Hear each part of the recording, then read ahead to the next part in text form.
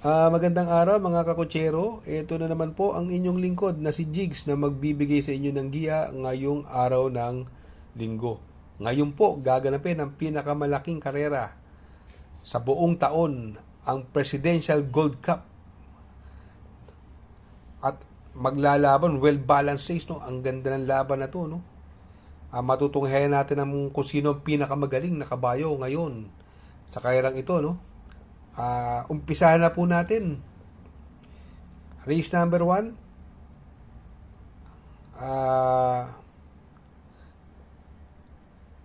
NM Development Corporation Trophy Race, Pilracom Rating Based Handicap System Race, Class 4, 22 to 27 split. Ang distansya po dito ay 1,400 meters. At dito po may siyam na kalahok, no? Anybody's race po dito, no? Dito pipiliin ko po dyan, no? Yung sakay ni Onyok Garcia, no? Na full combat order, no? Laging in the money po yan, no? Sa tingin ko pwedeng makalaban niya rito yung pwedeng maunang light bearer, no? Walang mabuliglig ni Chocolate Thunder. Sa tingin ko may tsamba pundihado yan, ha? Itong magandang isasama kong pandeado po rito, no? Yung numero 5, Viva de Oro, no? Ito, ang ganda ng tinakbo na karaan nito. Nag 1.27 po ito, no? Si Viva de Oro, no? Kaya dito sa race number 1, pili ko po numero 2, Full Combat Order. Panigundo ko, numero 7, Light Bearer. At isasama kong pandeado, numero 5, Viva de Oro. Sa race number 2, Newport World Resorts Trophy Race. Distance is 1,400 meters. At dito po may 6 na kalahok, no? Dito, tingin ko solo air itong numero 2, Princess Serena, no? Although medyo mahaba ang distansya, no? Pwede pong makatapos siya, no? Kaya lang hindi siya ang napupusuan ko rito, no? Ang gusto ko rito yung numero 1, Brainchild, no? Nasakay ni Jomel Storke, no? Sa tingin ko pwedeng makalaban yan yung galing sa panalo. Ito mag-uumento pa po ito yung numero 5, Queen Margot, no? Kaya dito sa race number 2, pili ko po dyan. Doon ako sa numero 1, Brainchild. Panigundo ko numero 5, Queen Margot. Sa race number 3, Pilracom rating 2024 Pilracom Golden Anniversary Race. Distance is 1,600 meters. At dito po may 7 kalahok, no? Dito po, no, ang daming mabilis dito, no? Andyan yung palawig, no? Tingin ko yan ang manggugulo kay Secretary, no? Hindi maganda tinakbo na karaan ng Secretary, although siya ang nauna ron at medyo nakasolo ere, no? Ngayon, mayroon pang pressure ngayon na mangyayari, no? Andyan yung palawig, no? At si Enigma Uno, no? Sa tingin ko dito ako sa mga deremate, no? Yung Shanghai Silk galing po sa panalo yan, no? Sakay ni Jomer Storke, no? Itong Modern Kong tumakbo din po yan kung saan nanalo po si Open Billing, no? Andun si Secretary. Si Workbell naman, ito nagpapagpag na to ng kalawang, no? After manalo niya, na tercero siya kila Shanghai Silk, no? Medyo nabuliglig lang po yan, no? Pero sa tingin ko mag-iiba diskarte niya rito, no? Baka tingin ko isusunod lang yan, eh. Kaya dito sa race number 3, pili ko po dyan. Doon ako sa numero 4, Shanghai Silk coupled with Modern Kong. At panigundo ko po dyan, numero 7, Workbell. Sa race number 4, 10th former Pasay City Mayor Eduardo Duay Calixto. Distance is 1,400 meters. At dito po may 9 na kalahok, no? Ito yung mga 2-year-old na ngayon na magagaling, no? Ako po, ang pili ko po rito, diado po ako dito, no? Ito po yung nasigundo kay Babe in Hoblut, no? Ang ganda ng laban na yun, no? Nagkatalo po sila, 1.5 kabayo lang. Ayan po ang napupusuan ko dyan, yung numero 5, Exalted, no? Sa tingin ko, mag-uumento yan, no? Yung joint venture naman, sa tingin ko, ito magdadala ng unahan, although andyan si Isabel nung karera at sama ng lundag, eh.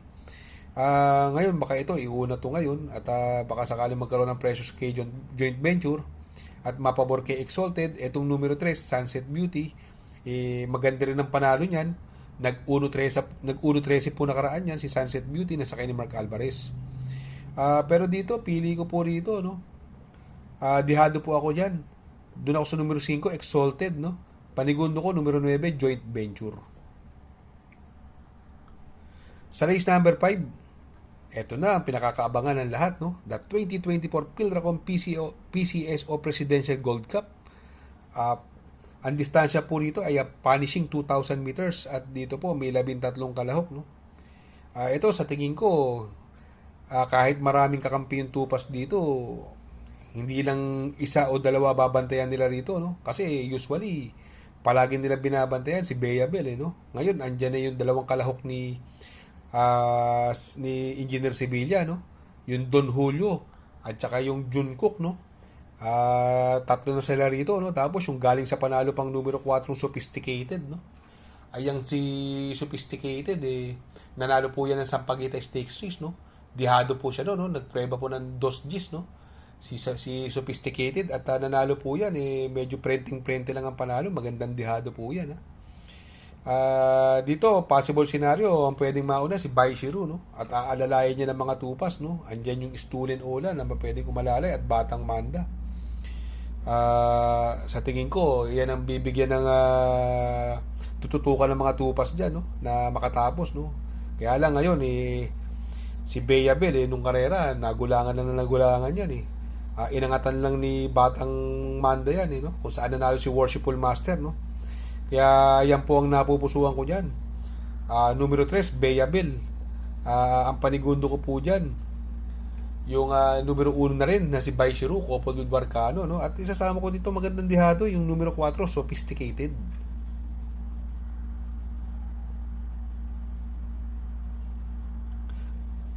Sa race number 7, sa race number 6, 11 Pasay Mayor Emmy Calixto Rubiano Cup. Distance is 1,600 meters at dito may 8 kalahok. Dito, no, makikita natin dito, no, yung nasigundo, muntik tumalo kay Andy Amo Aperense, nagpakaba ng karera, yung numero 8 Mano Dura, no, sasakyan ni Kelvin Abobo, no. Takbo ng takbo to, no. Every takbo nito nag-uumento, no. Sa tingin ko, pwedeng magbigay ng magandang laban sa kanya dyan, yung tumalo kay Prime Factor, no. Etong si Speed Fantasy, no, nung June 2, no, tinalo niya si Prime Factor sa 1,800 meters at nagprueba po yan ng 1.54, no. Sa tingin ko, silang dalawa na lang pipiliin ko dyan, no. Kaya dito sa race number 6, dalawa na lang po ang pili ko, numero 8 Mano Dura, panigundo ko numero 3 Speed Fantasy. Sa race number 7, PCSO Trophy Race, Pilracom Rating Based Handicap System Race, Class 4, 16 to 21 split. Ang distansya po ay 1,400 meters at may siyam na kalahok. At dito po, possible scenario, pwedeng mauna yung tool of choice, pwedeng makatapos po yan, no?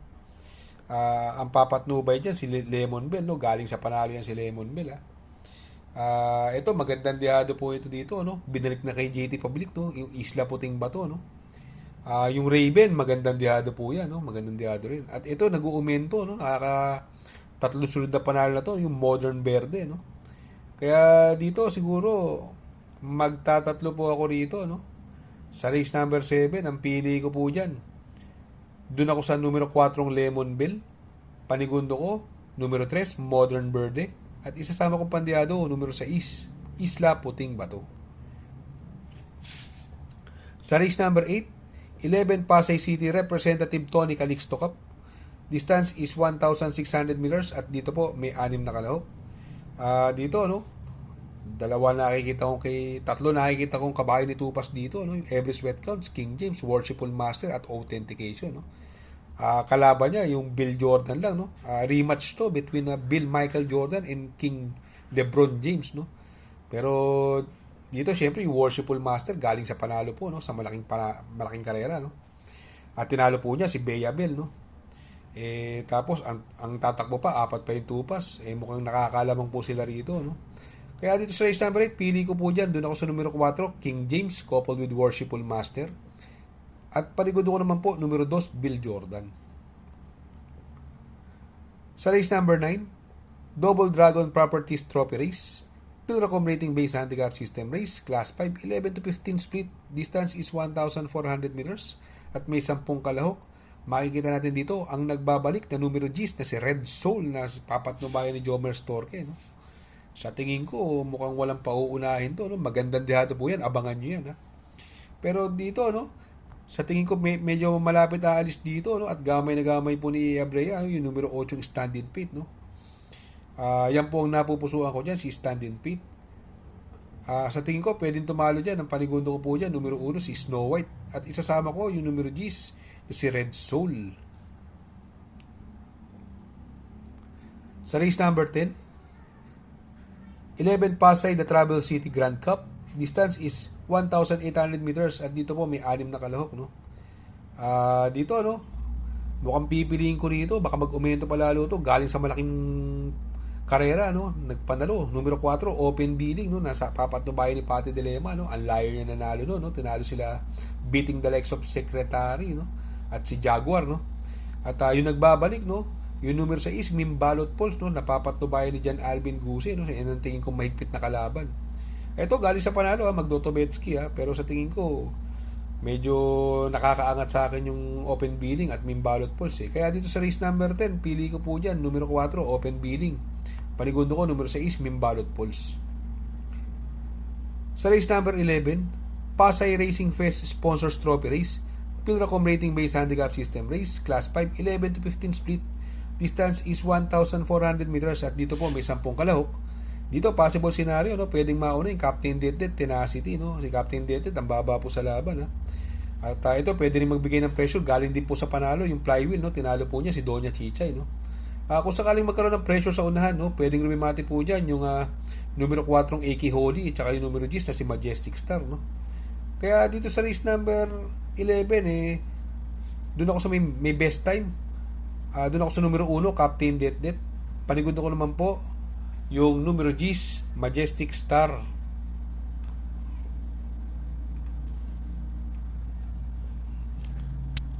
Sa last and final race, race number 12,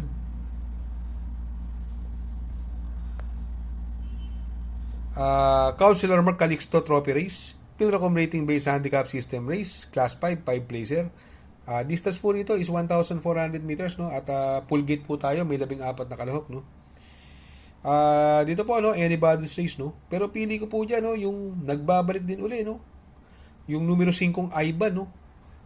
Ito, ang baba po sa laban niya sa kanyang Noel Lunar, no? Sa tingin ko, siyang horse to beat dito, no? Ito, kung maglalabas to, tingin ko mahihirapan silang talunin niya kahit na galing pang bakasyon yan dahil yung grupong nilalabanan medyo parang kayang-kaya, no? Kung magpo-protection po ako rito, ang isasama ko po dyan yung numero 12 na si Magnum Force coupled with Mount Amanduwing. Kaya dito sa last and final race, pili ko po dyan. Doon ako sa numero 5, Ivan. Panigundo ko, numero 12, Magnum Force coupled with Mount Amanduwing. Shoutout nga pala kay Sir Pax ng Barkadahan OTV. Located po siya sa 1139 New Antipolo Street, Corner Vargas. Malapit lang po sa Abad Santos, yung bagong ginawang tulay. Very convenient and attentive po ang mga tao. Pwede po kayong mag-EB at party while betting on racing. Baka magawi kayo dyan sa Herrera, Corner o Roqueta. Andyan po ang Pipay's Halo-Halo. Ang isa sa pinakamasarap na halo-halo at homemade lahat ng ingredients po dyan. Ultimo Ice Cream. Tabi lang po yan ng Pares at tatapat po ng Kapihan. Shout out kay Sir Arnel Mendoza. Please support his channel. Shout out po Sir Arnel Mendoza. Good luck mga kakutsero. Sana po matapat ang ating giya at yung mga nakasunod. Sana po ay magsitama po kayo.